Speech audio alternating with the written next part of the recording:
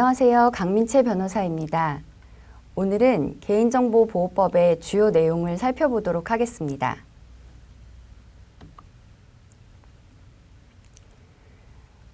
두 번에 걸쳐 말씀을 드릴 예정인데요. 첫 번째 파트에서는 개인정보의 개념과 개인정보의 수집 이용과 관련된 내용을 말씀드리고, 두 번째 파트에서는 개인정보의 제3자 제공 및 위탁, 개인정보의 처리 방침 공개, 개인정보의 안전한 관리, 개인정보의 유출 사고 대응 방안에 관련된 내용을 말씀드리도록 하겠습니다.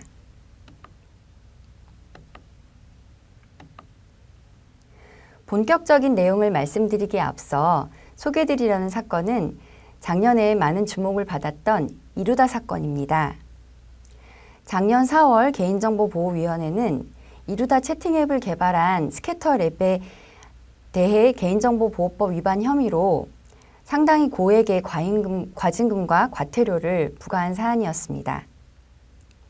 해당 사안에서는 기업이 특정 서비스를 위해 수집한 개인정보를 다른 서비스를 개발하기 위해 어떤 범위까지 이용할 수 있는지에 대한 언급이 있었고, 또 어느 정도까지 처리를 해야 감형 처리가 적법하게 이루어졌다고 인정될 수 있는지 등 많은 이슈를 낳았던 그런 사안입니다.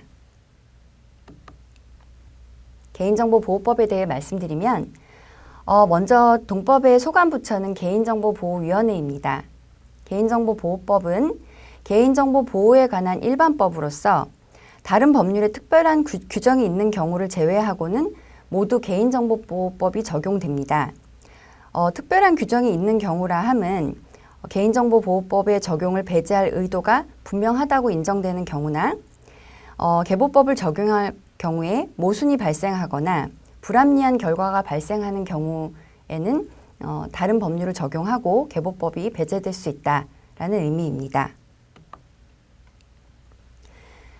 개인정보보호법이 적용되는 개인정보 처리자란 업무를 목적으로 개인정보 파일을 운용하기 위해 개인정보를 처리하는 공공기관, 법인, 단체, 개인 등을 모두 말합니다. 특히 개인정보 처리자 중에서도 정보통신서비스 제공자인 경우에는 개인정보보호법 39조의 3 이하에 있는 특례 규정이 적용돼서 일반적인 개인정보 처리자에 비해 좀 더 강화된 규제를 받게 됩니다. 또한 모든 개인정보 처리자는 개인정보 처리 업무를 총괄하는 개인정보 보호 책임자를 지정할 의무가 있습니다. 앞에서 말씀드린 정보통신 서비스 제공자에 대한 특례 규정이 적용될 것인지 아니면 일반 개인정보 처리자에 대한 적용이 규정될 것인지를 판단하기 위해서 어떤 기준이 필요한데요. 특례 규정이 적용되려면 해당 사안에서의 정보 주체가 정보통신 서비스를 제공받는 이용자에 해당한다고 인정될 수 있어야 특례 규정이 적용이 됩니다. 이때 이용자란 회원인지 비회원인지 여부를 불문하고 유료 서비스인지 무료 서비스를 이용하는지 이벤트와 같은 일시적 서비스를 이용하는지 여부를 불문하고 정보통신 서비스를 이용한다면 모두 이용자에 해당할 수 있습니다.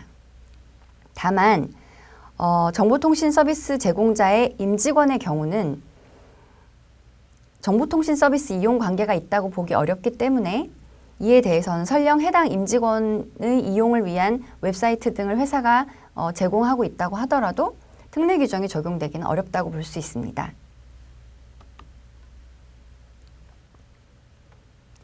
그렇다면 어떤 경우에 개인정보에 해당하는지를 판단하는 것이 가장 이제 첫 번째 순서일 텐데요.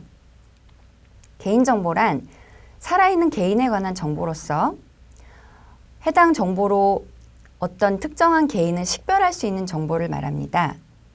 또한 해당 정보만으로는 특정 개인을 알아볼 수 없더라도 다른 정보와 쉽게 결합하여 알아볼 수 있는 경우에도 개인정보에 해당이 됩니다.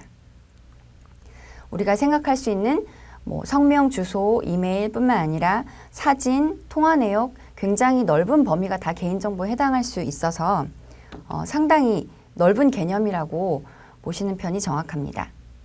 이때 자연인의 정보에 해당해야 하기 때문에 법인 또는 단체에 관한 정보는 개인정보에서 제외되고, 다만 법인 또는 단체에 관한 정보이면서도 동시에 개인에 관한 정보인 경우, 예를 들면 법인의 대표자나 임직원의 정보, 주소라던가 이름이라던가 전화번호라던가 이런 경우는 개별 상황에 따라서는 개인정보로 취급될 수도 있다는 점을 유의할 필요가 있습니다.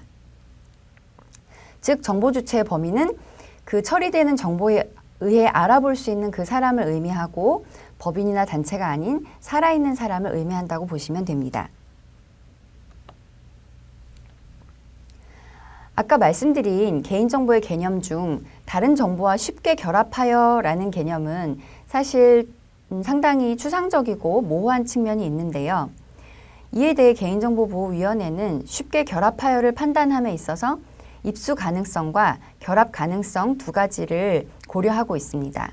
입수 가능성이란 2개 이상의 정보를 결합하기 위해 그 결합에 필요한 다른 정보를 합법적으로 접근해서 취득할 수 있는 경우를 의미하고, 해킹이나 절취와 같이 불법적인 방법으로 그 정보를 취득할 수 있는 경우까지도 입수 가능성이 있다고 보지는 않고 있습니다. 또한 결합 가능성은 현재 기술 수준을 고려해서 비용이나 노력이 비합리적으로 수반되지 않아야 한다고 보고 있습니다.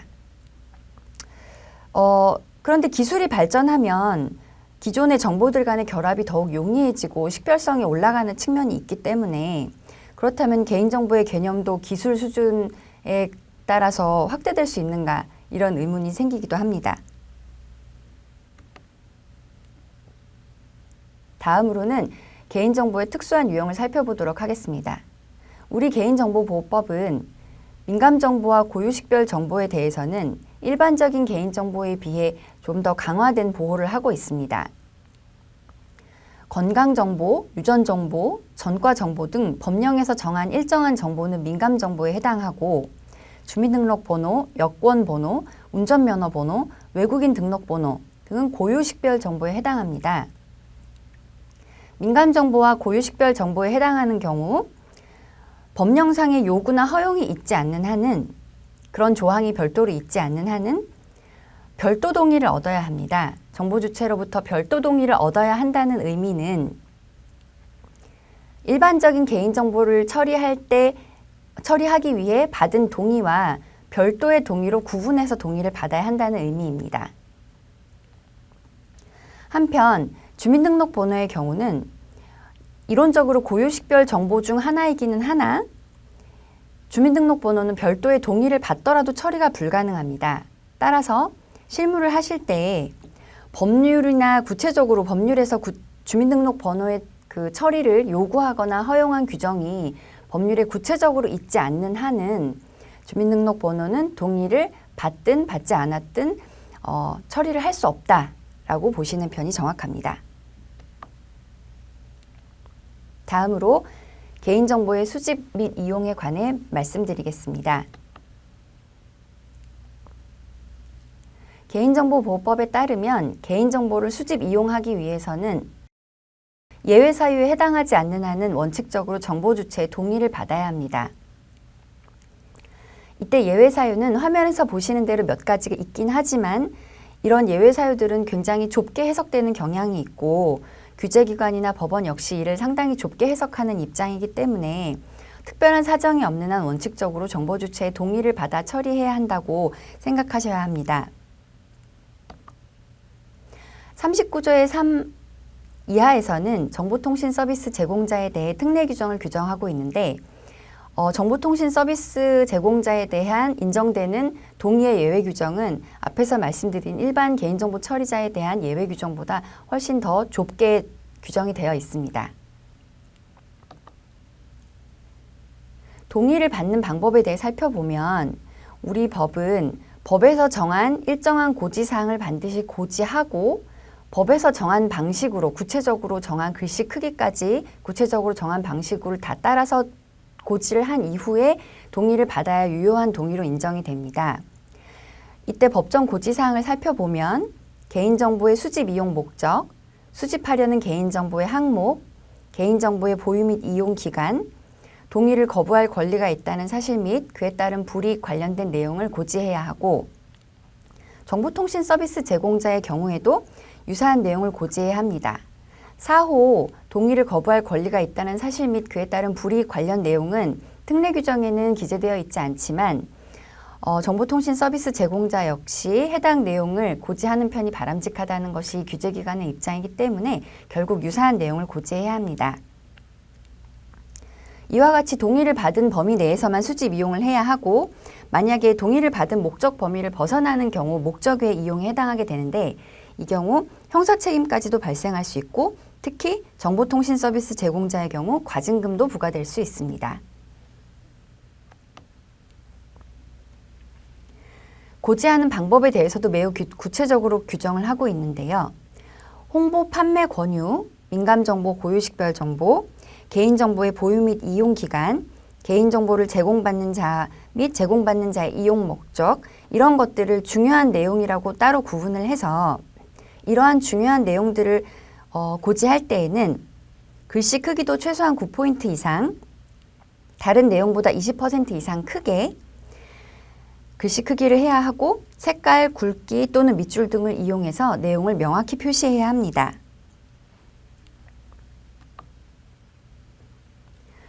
또 중요한 규제 내용은 포괄 동의 금지입니다.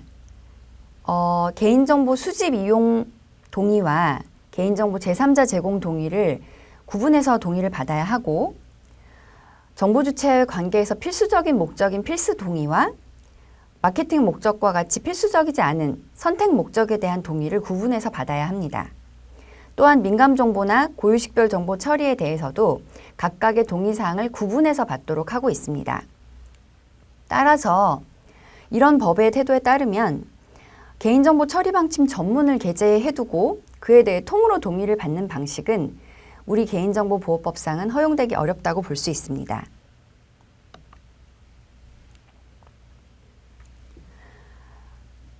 개인정보를 이용해서 마케팅을 하시는 경우가 현실적으로 많기 때문에 이에 대해 좀 더 자세히 살펴보면 아까 말씀드린 대로 마케팅 목적은 개인정보 주체와의 관계에 있어서 필수적인 목적이라고 인정되기가 어려운 경우가 대부분이기 때문에 선택적 목적으로 동의를 받으셔야 합니다. 이와 같이 개인정보의 마케팅을 위한 개인정보 이용에 대해 선택 동의를 받는 것과 별도로 정보통신망법에서는 영리목적 광고성 정보 전송 동의와 관련된 규제를 두고 있습니다. 정보통신망법 50조에서 전자적 전송 매체를 이용하여 광고를 보내려면 수신자의 명시적인 사전 동의를 받아야 한다고 정하고 있는데 따라서 예를 들어서 사업자가 만약에 가지고 있는 개인정보인 이메일 주소를 가지고 광고성 이메일을 발송하려고 한다라고 하면 앞에서 말씀드린 개인정보 규제와 광고성 정보 전송 규제는 별도의 입법 목적을 가진 별도의 규제이기 때문에 양쪽의 규제를 다 준수해야만 합니다. 참고로 영리목적 광고성 정보 전송 동의의 경우는 한번 수신 동의를 받았더라도 2년마다 정기적으로 수신 의사를 확인할 의무가 있습니다.